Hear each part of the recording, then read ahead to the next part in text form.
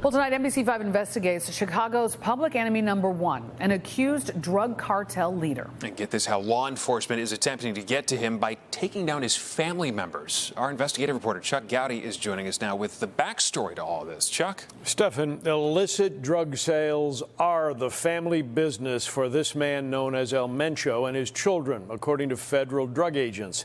Their cartel, called New Generation, but it's a business that has wiped out a generation of overdose customers in Chicago, where El Mencho is said to dominate street drug sales. Tonight, authorities say they have a glimmer of hope with the life sentence just given to Mencho's son.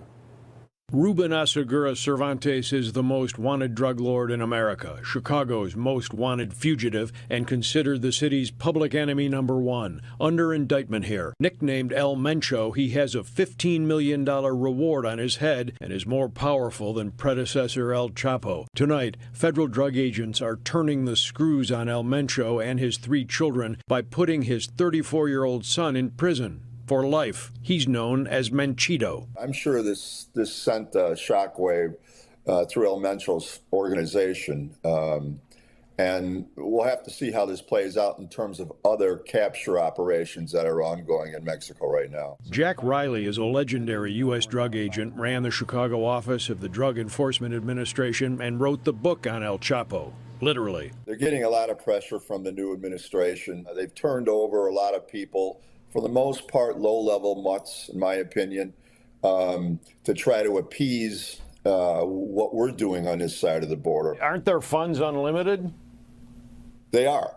But in terms of capturing the high-level, high-value targets, clearly they're going to have the resources to continue to pay the corrupt gravy train to keep them and their organizations out of harm's way and operating. Riley says that new administrations in the U.S. and in Mexico offer some optimism, but that he remains suspicious of what Mexico will actually do. They had the ability to do this. They have the capabilities. Much of those were provided by us, so we trained them.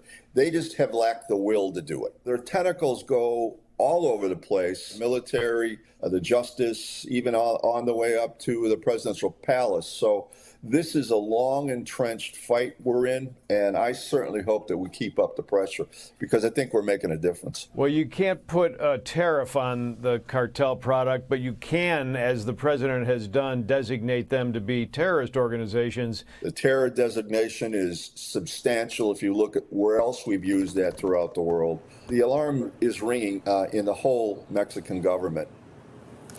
Jack Riley believes American drug agents are getting closer to El Mencho. The pressure points from family arrests and more serious help from Mexican authorities can bring an end to the reign of the new generation cartel leader. Riley thinks Mencho could be in handcuffs and in the U.S. by the end of this year.